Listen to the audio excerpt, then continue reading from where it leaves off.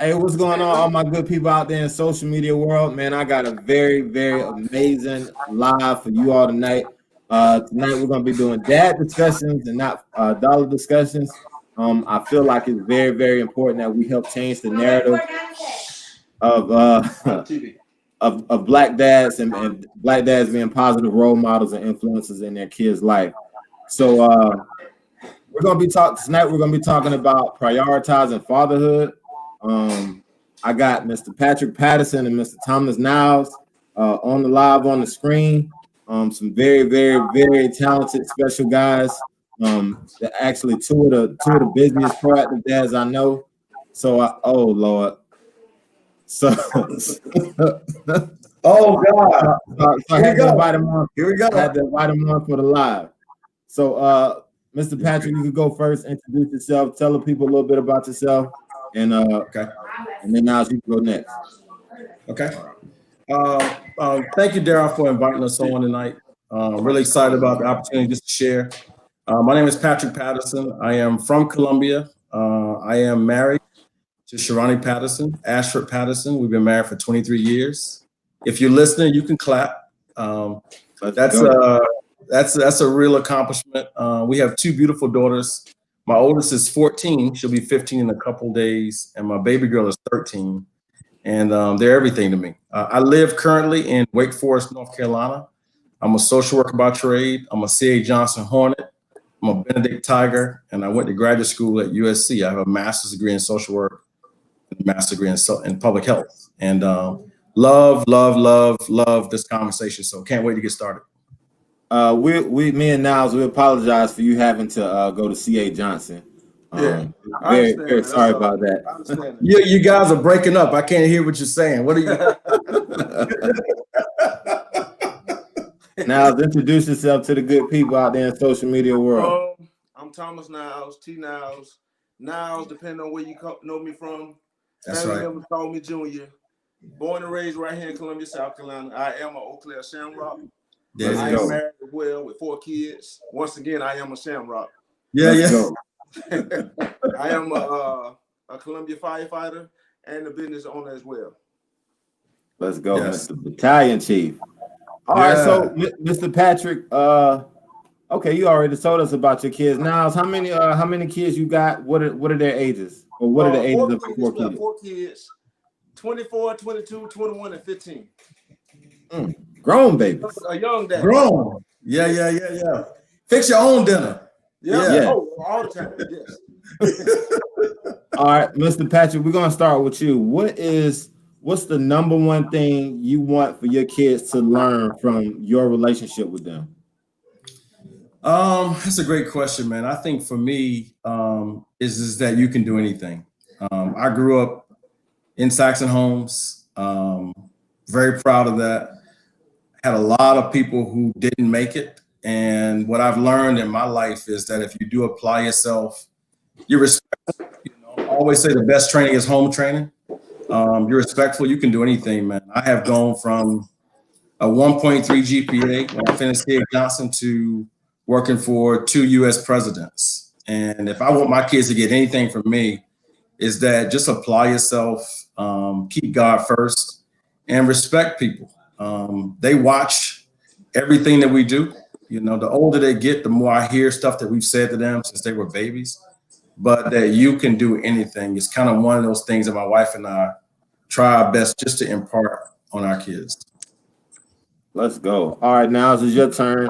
What's the number one thing you want your kids to learn from your relationship with them? It's a good question. First off, like Patrick said, always keep God first in everything you do. Mm-hmm. What I've learned by having boys and girls, what I want my boys to learn is how to love. Mm-hmm. We grew up in an era where men had to be masculine all the time. Mm-hmm. It's soft if you show love. It's soft if you show cry. And from now as an adult, you find out that's not true. So I want my boys to learn how to love, and I want my girls to learn how to be loved. So that's why I try to make sure I treat their mom right. I treat them right. Because they're little princes. They're princes. And one of them are already grown, but they're growing up to be young ladies. And you know, I truly believe that we are our daughter's first love. You know, and it's hard to see. It's hard to receive something you never saw. So my girls know Daddy loved them. They know Daddy will do anything for them. So that's one of the biggest things I try to make sure I always teach them, because no matter what, and I remember this years ago, Reverend Jackson at Brooklyn Baptist said this: kids do more of what they see you do than what you tell them to do. So you always have to lead by example. Yep. Facts. Very, very, very good answer. So now, as you just mentioned having daughters, right? So let me ask you this: is there a such thing as an overprotective dad? I will say yes, and I'll say this because with my oldest daughter, I probably was more overprotective. But I learned from the mistakes that I made with her to treat my youngest daughter. Because I remember she asked the question of why can the boys, when I would let the boys go places and she couldn't go. And I would always explain to her, like, it's not right, the world is not right, but your brothers can do something and he the man. One thing and you'll label the rest of your life. You can be overprotected, but in this day and age, we have to learn. We have to learn. Because these kids now, you have to raise them a different way from how we were raised. Yeah. Facts. Mr. Patrick, your turn. Is there such thing as an overprotective dad? I think, you know, that's one of my first responsibilities with my kids. I have daughters only. And your kids are older than mine now, but my oldest is about to be 15, and she is dying to do all the things that scare me. You know, she wants to go to her friend's house. She wants to go to the mall. She wants to go to the game by herself. And for me, you know, it is, I'm a big believer in they have to experience life like we did. But I have one responsibility, man, while they're in my house is to protect them. And there are things that they don't understand. They don't understand that when you walk, like my kids love to walk the neighborhood, and they love putting on tights or jeggings or whatever you call them. And they're like, you know, they jiggling. They older now. And I'm like, listen, can y'all walk just in front of the house? But they don't understand that when these dudes are riding down the street, you know, the danger that's there. So I'm not going to hold them back from experience, but I don't think I'm overprotective. My wife is a lot more concerned about them because she's a woman. She's with experience. But I think for me, man, it's like while I have them, and now you can attest to this, but as my oldest is a 10th grader. And I looked up and she's graduating high school in 2 years. Yep. So, you know, my heart, when she got her sophomore papers, I was like, wait a minute. She was 5 yesterday. And now she's starting to drive. You know, all those things make me, you know, I'm okay with being protected, but I also know that she's got to experience things. Very, very, very great answer. So, man, if y'all tuning in, wave at me in the comments. Say what's up to me in the comments. Let us know that you're watching. Also, man, please hit that share button. I want to get some other people involved in this discussion tonight, man. I feel like we're talking about a great topic. So definitely, if you haven't already, hit that share button and say what's up to us in the comments. All right. So being present, right? Being in the household, you paying bills, you putting food on the table, a roof over your kid's head. You are present, but that doesn't necessarily mean to me that you are being proactive. Like kids, they do need clothes, they do need a place to stay, they need a safe environment, but they also need guidance and they also need wisdom. So what advice would you give to a dad that's present, and we can start with you now, that's present but not necessarily proactive? What advice would you give that dad?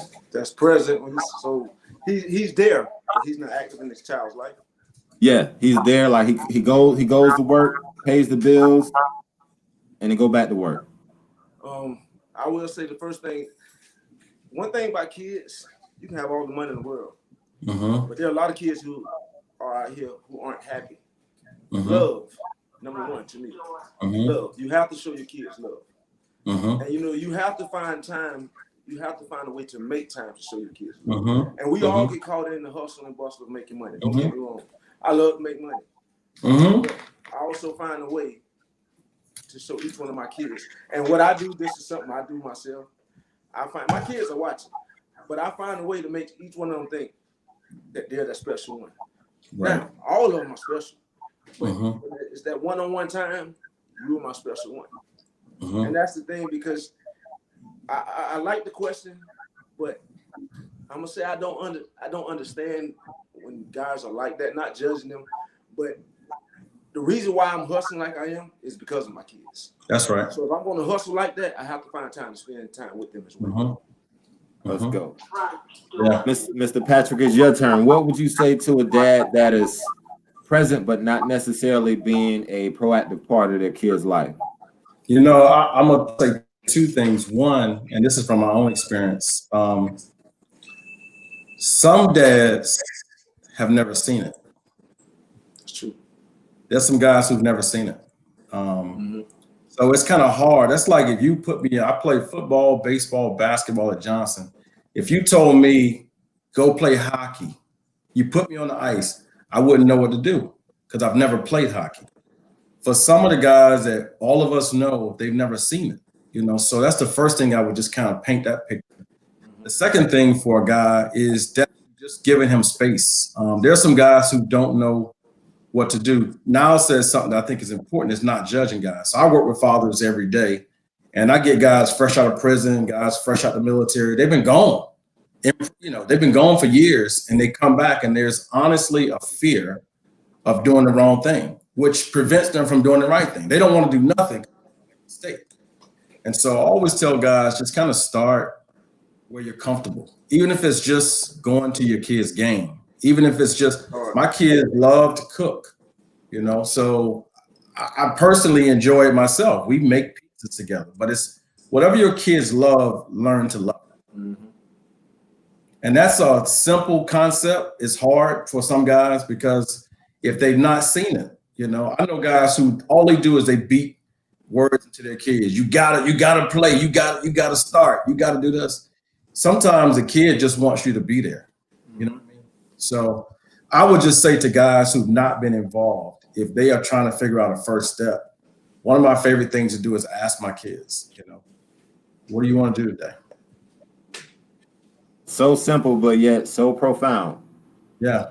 All right. So if y'all just tuning in tonight, we're talking about prioritizing fatherhood, making fatherhood a priority in your life. These are some of the most busybody, proactive dads that I'm connected to. So I want to ask you both, right? And I need to find my question. So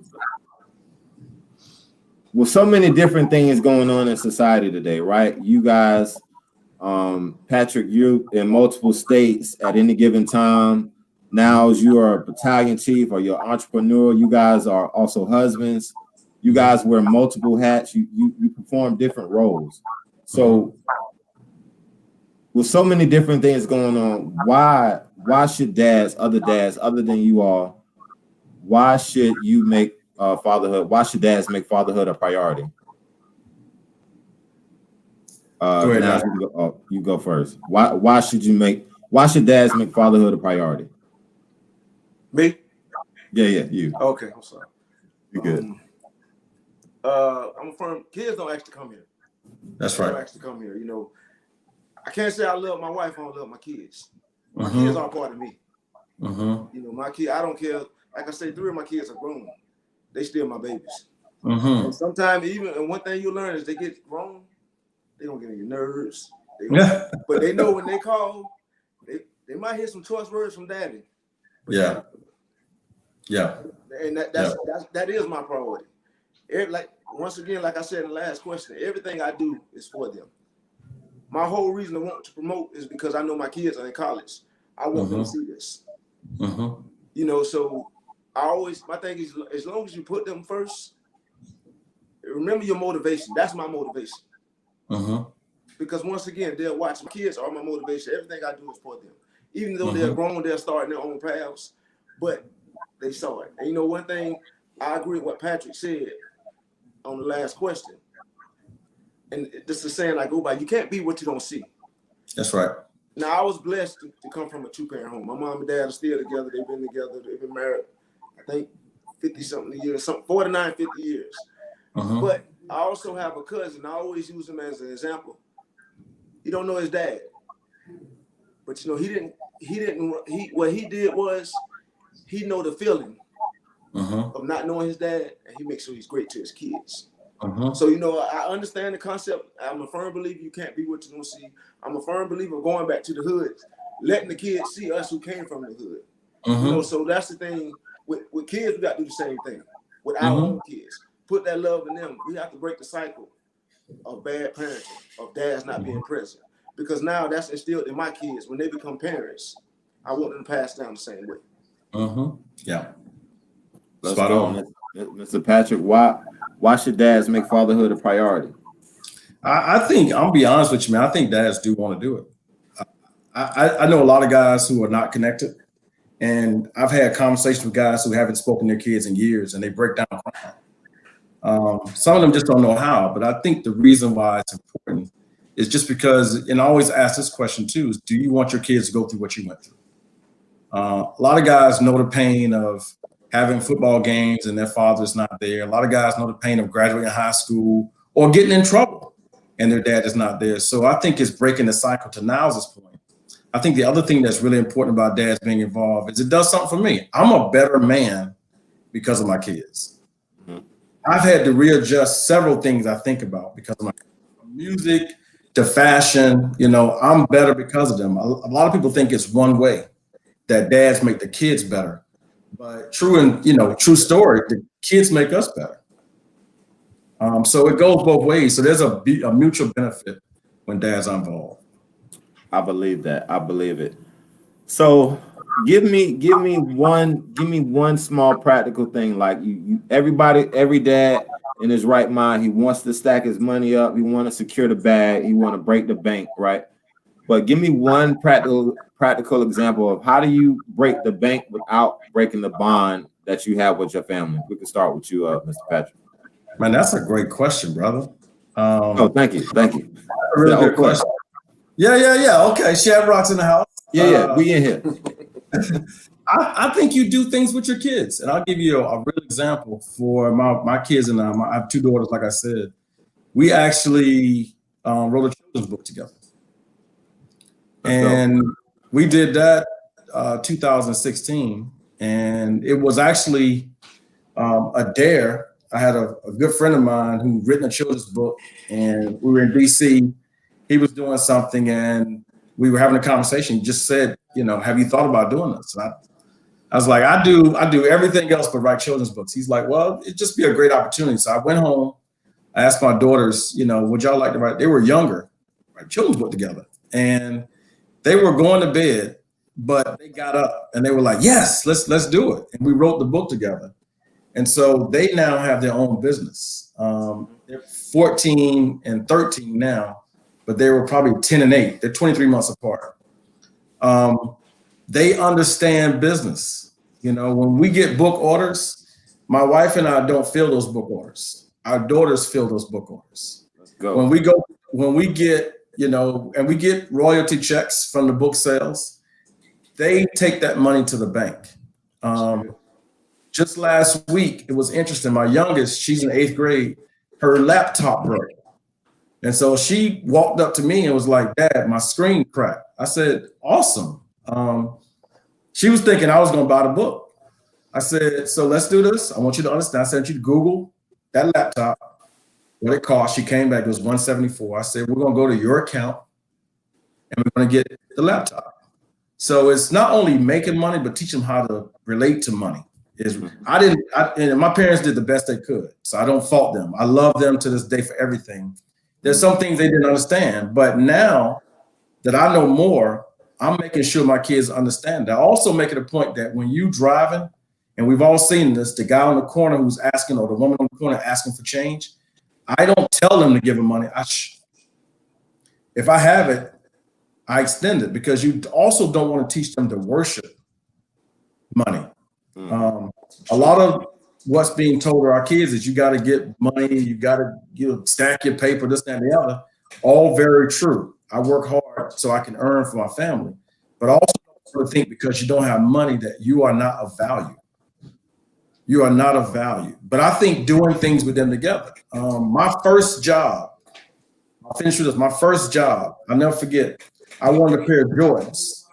My dad said to me, "Okay, let's get you some Jordans." I have two brothers. My dad went and bought a lawnmower. When I lived in Saxon Home, he said, we had 60 buildings. He said, if you get half the money, I'll meet you halfway to get your shoes. So it's also teaching work ethic. Giving the kids, that tends to not be the same as when you help them understand how to earn during that same time. So those are a couple of things that I think are important. All right. Now it's your turn. How do you break the bank without breaking the bond with your family? Make time. Something practical that you do. You get your money. You know you want to get the money. Huh? You have to make time. As my career as a firefighter, I'm already going for an extensive amount of time when I go to work there. Then when I get off, I'm busy. But with my wife and my kids, one thing I do each week, I ask her for the following week, what day are you off next week? Because whatever day she's off, as long as I'm not at the fire department, I won't schedule anything that day. Then with my daughter, she's home. She's going to homeschool all year. I make time I make sure I spend time with her. My three older kids, they're grown, like I say.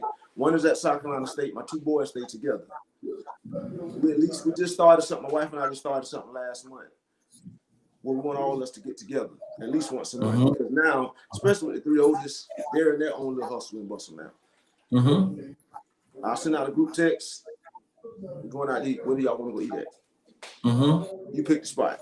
I take care of everything because it's bigger than, like, matter of fact, went to California Dream and my son ordered what did he order?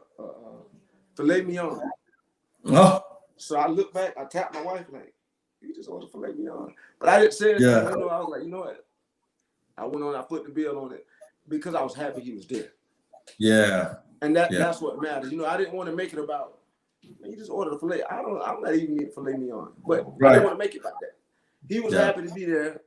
His sisters was happy to see him because everybody's doing their own thing. So I didn't want to mess that up. Yeah. And so at the end of the day, and along with that question, we find time to break the bank. We find time to be with our family. But you also have to find time, just alone time, just to be away from the hustle and bustle. My thing is going to the gym. I like to go to the gym, work out, listen to my music. I'm in my own zone. And then on the weekends, I don't schedule unless I'm at the fire department. I don't schedule anything because that's the day just to normalize things. I love it. I love it. I love it. So I have a 2-year-old son, right? I got a daughter on the way. Number 2's on the way. I got a 2-year-old son. Thank you, man. Thank you. My role as a father right now is I'm like a big toy to my little son. I'm just a big toy, man. I'll be sitting on the couch. He'll come hit me with the pillow. He's jumping on my back, changing diapers. That's my role right now as a father. So, what are some of the ways that your role as a father has changed throughout the years? I can go first. Yeah. Early on, my kids were like your son is, want to wrestle and play. I've got daughters and they have gone stuff like that. I think as they've gotten older, it is really turning into a listener. There was a point where everything was me instructing them, but I try my best to listen to them. Black Lives Matter, the stuff that they see on social media. A lot of people take the perspective of you got to talk to your kids about these things. I agree with that, but you also need to listen to them. And so my role has shifted immensely in the role of listening to them. I think the other thing that we've tried to do a good job of, my wife and I together, is teaching them, basic things, from respect. We do a lot of storytelling about our childhood. You experienced that, I'm sure, as a kid. I did as a kid, my aunts, my grandparents. It's just really helped them understand. And right now they don't quite get it, but just help them prepare them for, what's around the corner. My oldest is going to be, a couple of years making a college decision, if not sooner than that. And so just really giving her space to be herself.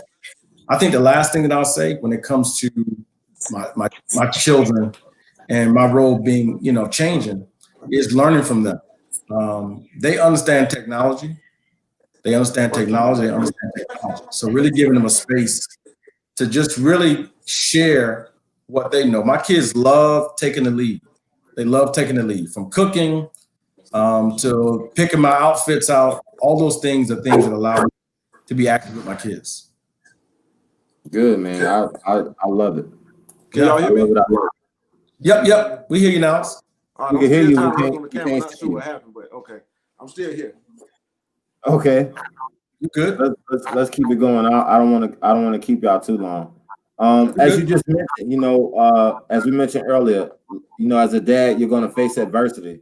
Now, as we can start with you. Oh no, you already answered that question, Mr. Patrick. We'll go to you.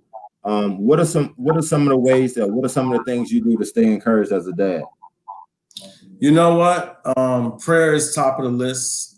Since COVID hit, and I might have shared this on social media, but I had COVID, my wife had COVID, and my oldest tested positive. She was asymptomatic. But what I've done, man, is I've meditated. To now this point, I work out. Meditation really entered my life probably in March when COVID hit. And what I realized by being busy was I was doing things just kind of out of habit. But I have been intentional in taking moments each day to just meditate or exercise. The other thing that I do, I think a fair job of, is I do things I enjoy. I love music. I listen to I download music all the time. But exercise, meditation are things that I'm like sitting right now. I am in Atlantic Beach, North Carolina. I live in Wake Forest. But me and 4 of my colleagues who are all entrepreneurs, we're taking the next few days to go fishing. That is, it's therapeutic in and of itself, but dads have to take time for themselves. A lot of us feel guilty doing that. You feel really bad when you buy yourself something special, or when you were away from the family for 3 days, you went to a game. You have to do that. There's a phrase that I love that says you can't pour into somebody else's cup if yours is empty. And we got to refill our tank over and over again. Got to do that. I don't feel bad. I get my wife's permission. I talk through I don't spring nothing on them, but you got to do things that keep you refilled. If you don't, man, you're going to be depleted yourself. Yep, absolutely. I love it. All right. My next question. What are you guys? You guys are in healthy relationships, right? You are married to you have your wife at home, your kids are at home, access to your kids on a regular basis. What are some ways that dads that aren't in your situation that they can navigate having a healthy they can have a healthy relationship with the kid when the relationship with the mom is hostile? What advice would you give that dad? Woo, that's good.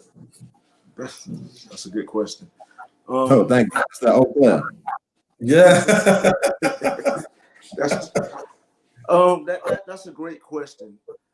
And I'm going to say this, first off, try. And the reason why I say that, because I know there are some dads who try to see their kids and not allowed to.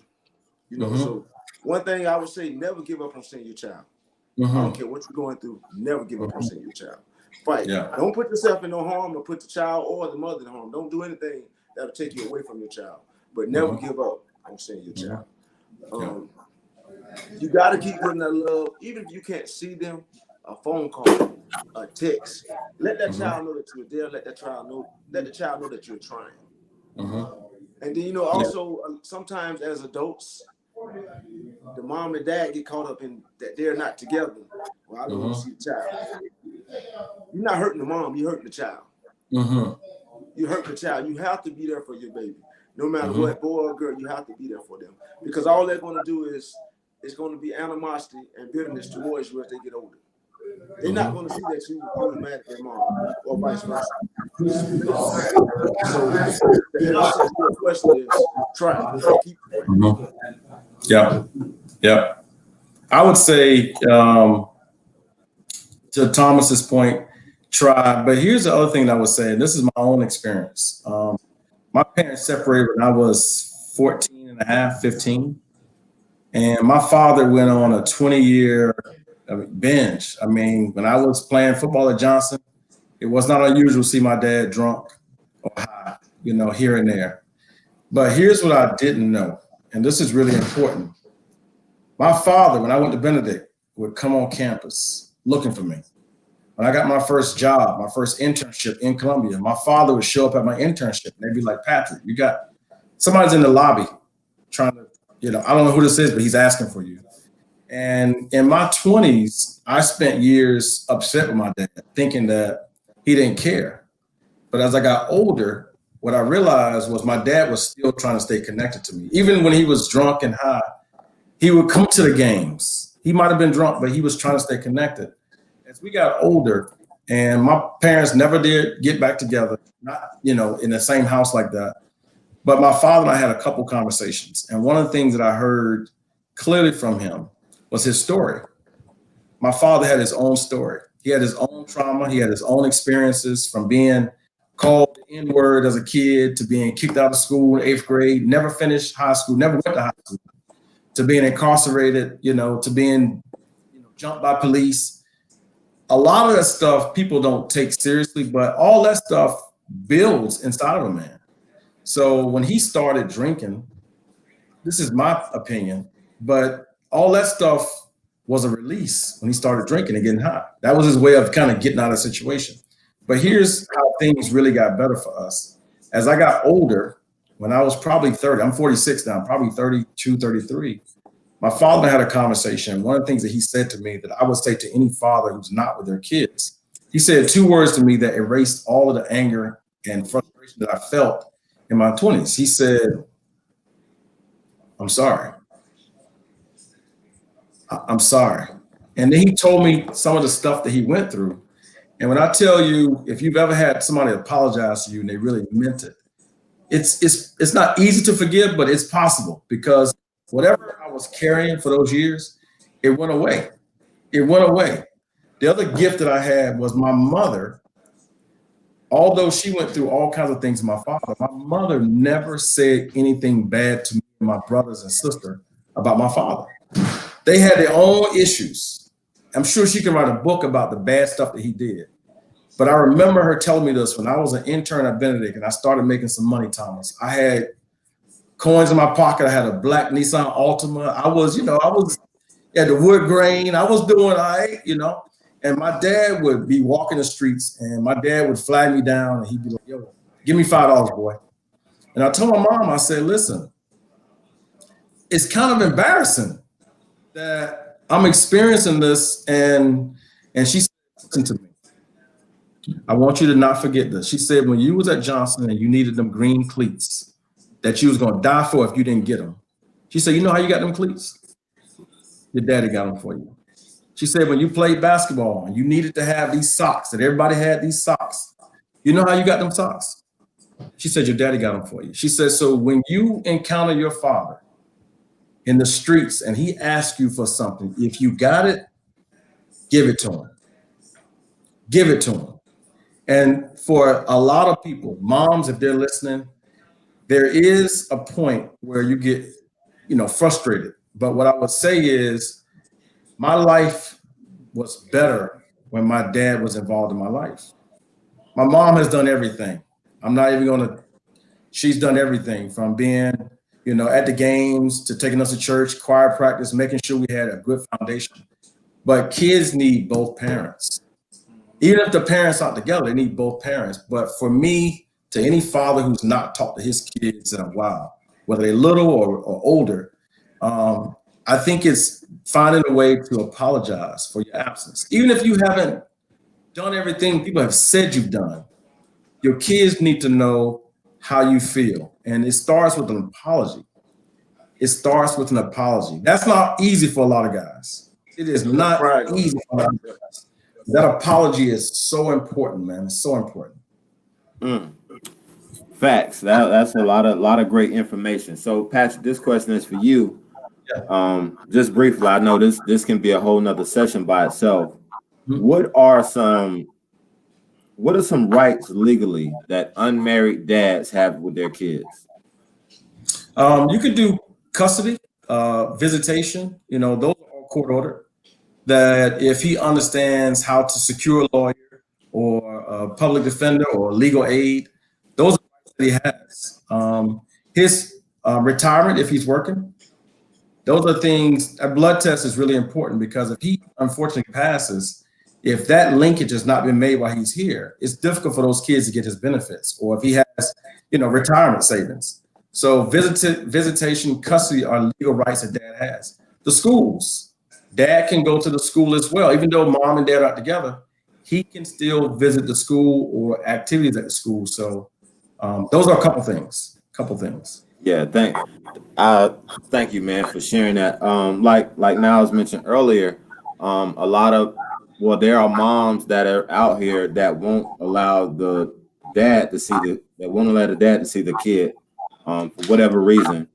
But as long as as long as the dad isn't harmful or being harmful, and the mom is not being spiteful, there are ways to get, like Patrick just said, there are ways to get a legal court order for you to see your kids. I know a couple of people who can help you out with that. If you if you know anyone, you can reach out to me, and I can definitely point you in the right direction. Jamie Shad, another Shamrock. Let's really go. Good lawyer. Really good lawyer. Really good lawyer. I don't want to keep y'all too long. What advice, Niles? What advice would you give to a dad who's worrying about providing for his family financially? First off, I'll say, back in the last question, I said the first thing is love. I still believe that. That don't make you less of a man if your finances are up to par. If you're doing because there's more to being a man than just money. You got to understand that. So if my finances weren't up to par, I'm still the man of my house. I'm still going to lead by example. I'm still going to lead spiritually. I'm going to be the man. I'm going to show my kids how to love. I'm going to make sure I got to show that I'm vulnerable. But while still trying to go out there and make it happen. Like Pat just said, his dad found a way to make them get the green cleats. He found a way to get what he wanted. Get what his child needed. We still have to find a way. And the thing is, my thing is the reason why I go so hard, because I've been where we were without it. I've been there. I told my story a while ago, and I tell it to people often. This was 17, 18 years ago. My kids don't, they know it now. They thought we were rich. We didn't have no money. I used to wake up in the morning, go deliver the state newspaper, 3, 4 in the morning on Personal Road, out picking up newspaper. My route was on Personal. Doing it. I would leave to the city of Columbia, working in wastewater management, making $8.40 an hour. Get off, I think 3:30, 4 o'clock, go cut grass with my uncle. My wife lost her job, so all the income we had was just what I was making, which wasn't much. But I promised her we'll never get there. We'll never go back there again. So my hustle, my mentality became different.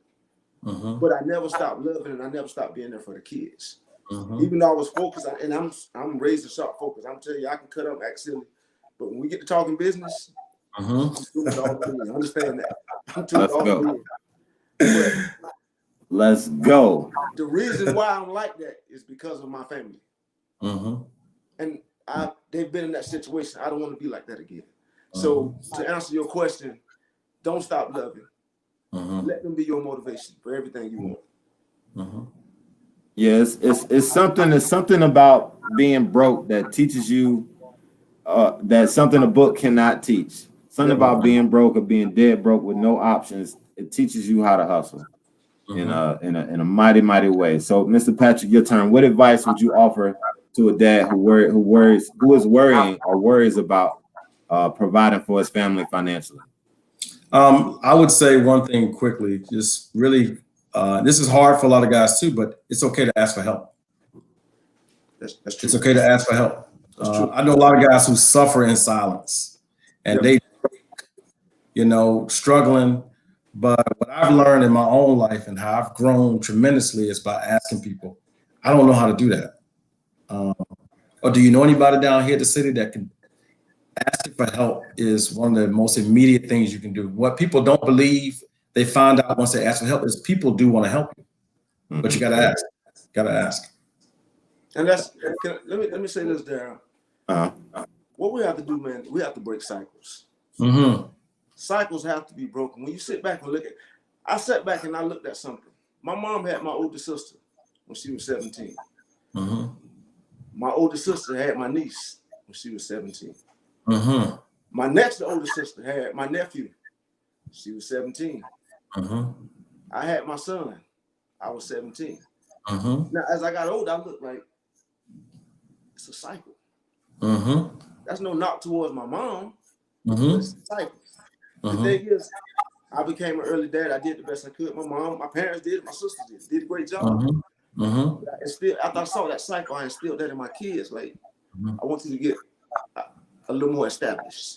But thank God now, the older one is all three of them are in their 20s. So they've already passed that threshold. They passed it already. My 15-year-old, she's coming up next. That's instilled in her. And that's just like Patrick said, men as men, we have to open up. Because we were taught, the cycle that we were taught was just to be tough. Boy, stop all that crying. It's okay to cry. Yeah, I'm not saying be a big water bag, but it's okay to cry. It's okay. And I told my wife this, and I still struggle with this, is when one of my homeboys say, "Hey, I love you, bro. You too." Because I struggled with that. But you know what? That was something I didn't hear coming up. I knew my daddy loved me, but I didn't hear it. But now my daddy says, "I love you all the time." I can say it back, but you know, it feels awkward when you tell a man, "I love you." But that's a cycle that we had coming up. We have to break that. We have to break that. Powerful. That is a bar. That is a bar. Yeah. That's real good. If y'all got any questions y'all want us to cover real quick, go ahead and throw it in the chat before we hop off. Man, that's definitely is a bar. And especially as fathers, even with our sons, like you said, you know, we need to say, "Hey, I love you, son." Like with me, of course, my son is only 2. I'm kissing him all the time. But I know Miles Monroe, he's one of the greatest preachers to ever live. He said he was at an airport one time and his grown son kissed him and told him he loved him.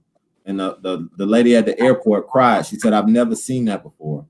So like now, to piggyback on what he was saying, we have to break the cycle of being, you know, unemotional creatures. When we are, you know, God created us to have emotions, even as men too. You know, regardless of what society is telling us, it's okay to have feelings.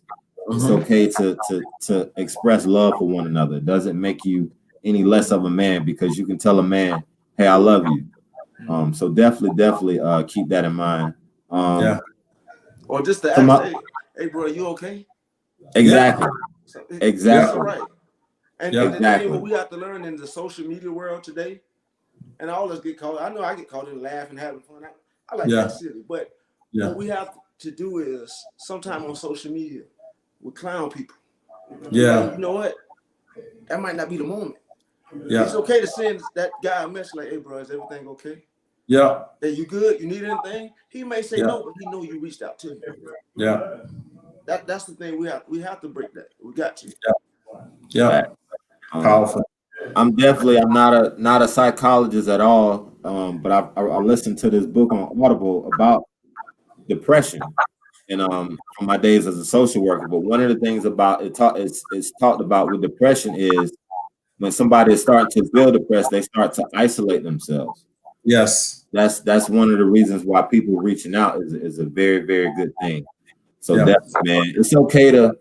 Now I've reached out to Niles before. And I say, "Hey, man, I love what you're doing as a dad." And it's not trying to be funny. It's just expressing gratitude. Especially like as men, I don't know if y'all haven't. Definitely get this book called The 5 Love Languages. A lot of men, their love language is words of affirmation. Yes, sir. When their wife say, "Hey, I love what you're doing. I see you working. I respect that so much." That would make them feel good. And the same goes with other people. You know, other guys, like, hey, it's a love language. It's not like you're trying to marry them, but it's just to show, you know, that public or show that admiration to one another. So this is the last question. If y'all enjoying this video, please hit that share button. Share, y'all. Share, yeah, man. I would love to have this type of conversation again. It's the last question tonight, and I gotta let these guys go. What is the most rewarding part about fatherhood to you? And now, as we can start with you. Watching my kids succeed. Yeah. Because it's like watching a part of you grow. Just to go back one more thing too, when you said words of affirmation for males, remember you need that for your kids too. Mm-hmm. We all don't. Sometimes we get caught into parenting. Mm-hmm. Sometimes we need to say good job. Mm-hmm. I'm proud of you. Proud of you. That's the stuff they need to hear from us. I just want to say that because I thought of that when you said it just now. Mm-hmm. Yeah, we was talking about encouraging males, but our kids need to hear that because sometimes we get caught into so much of being dad or being mom, and especially our kids are watching us the entire time. They want to know that love is there. So you know what? Hey man, good job. Hey, you can do it. I'm proud of you, man. You tried your best. So that I just want to go back to that. But watching my kids succeed, I got a couple stories right now all for my kids. My oldest son, he bought his first house, a year and a half, 2 years ago. His first house. My second oldest son, the one who played football, everybody know him. He's graduating in December. Wow. And he was the one out of all 4 kids who was like, man, I don't know what this dude. I'm talking about a kid who got kicked out of school, suspended for fighting, went back to school, fought again. 360. Graduated from college in December. Tira's at South Carolina State. She's on pace to graduate either the end of next year or the following semester. You know, we always taught them, get something. I don't have to do. You get that education, nobody can take it back. Now I'm sitting here, I think about it every day. I'm possibly going to get my degree so I can go further in my career. My boy. And my kids encourage me for that. Shamrock. Encourage me to do that. My baby, she's getting her report card in 2 weeks. First time, she's gonna be the first child that we have to make straight A's. Yeah, let's go. About 95, 96, she's making straight A's. Yeah. So seeing my kids succeed, it makes me know that what my wife and I, something is working. And what we have to be truthful with ourselves is, once again, I'm gonna go to the social media world and I preach this to my kids. Protect your brand. And I always tell them, look, as of right now, you're not in your career yet, other than my oldest son. You don't have a business yet. Your name is your brand. That's right. Watch what you post on social media.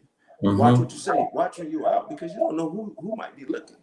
You know, when I was on the hiring board for the fire department, what we would do before the guys would come in, or the guys or young ladies, whoever, we'd sit at the big table and look at their social media account. So when they come in, do you have social media? No. We already knew the guy. We just watched everything they said on there. So that's the kind of stuff you have to watch. Watch what you put in. And what we have to know as adults, because some people get so caught in social media. All of us struggle. I don't care how much money you make. Everybody struggles. That's right. Nobody's posting their struggles on social media. That's right. We having fun. We posting our success. But everybody struggles with something. So absolutely, those are things I teach my kids. And my biggest thing is, especially with their world, with the world today, for these kids, because they're under pressure that we weren't under with social media. Watch what you post. Keep striving. And my thing is, like I said, the biggest joy for me is just watching them succeed. I'm just sitting back like man, it brings tears in my eyes. I know my son does it, I'm gonna cry. Nothing wrong with crying, brother. Let them tears flow. Let it flow. Let it flow. Not like a water bag now. Not like a water bag. Not a water bag. Hey, Mr. Patrick, it's your turn. What's the most rewarding part about fatherhood for you? I think it's I could say a lot of stuff, but I'll say for me is really just watching them, to Niall's point, grow and watching them pick up things. You know, it's funny, man. I'll say this is a real example. COVID started, and I had a really good friend of mine, Kelly Little. Shout out to Kelly. He introduced me to meditation, and One morning I got up about 6:30, and my kids had never meditated before, but I got about 6:30, went to the garage to meditate. My kids were already on the mat meditating before I got down there. So somebody said, they hear what you say, but they do what you do, so to speak. To see them pick that up, to see them when they get money, to consciously say, all right, Dad, take me to the bank. I want to put a couple of these dollars in the bank. Mm-hmm. To me, that is the most joyous thing. They're getting tools that I learned in my 30s. They're getting them in their teens. And so that is rewarding for me. Their goals are big. They're big goals, man. And I give my wife a lot of credit.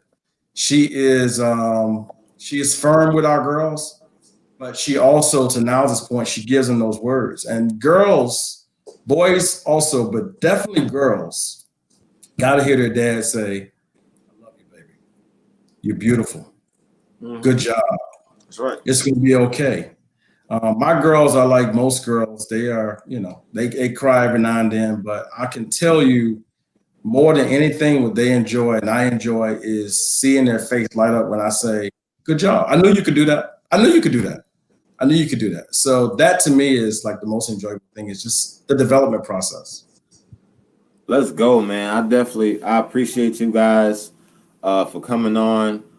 If any, and I don't want to say the wrong thing, but if any of you all, if you're looking to start a nonprofit or if you work for a nonprofit, your organization needs funding, definitely reach out to Mr. Patrick Patterson. He'll definitely get you in the game. He'll get you right. He gets those big boy checks. Yes. Now, if you looking to get to emergency services, if you know a young man, I would highly recommend you a firefighter career. Niles is also, man, Niles does a lot of stuff. Niles is a very serial entrepreneur. Pressure washes your house. He hooked mine up several times. Definitely reach out to him for that. I'm pretty sure he got the best prices in town. Italian Chief. He's a dad. He's a husband. All around good guy. Feel free to reach out to him, man. He's an open book. Like you said earlier.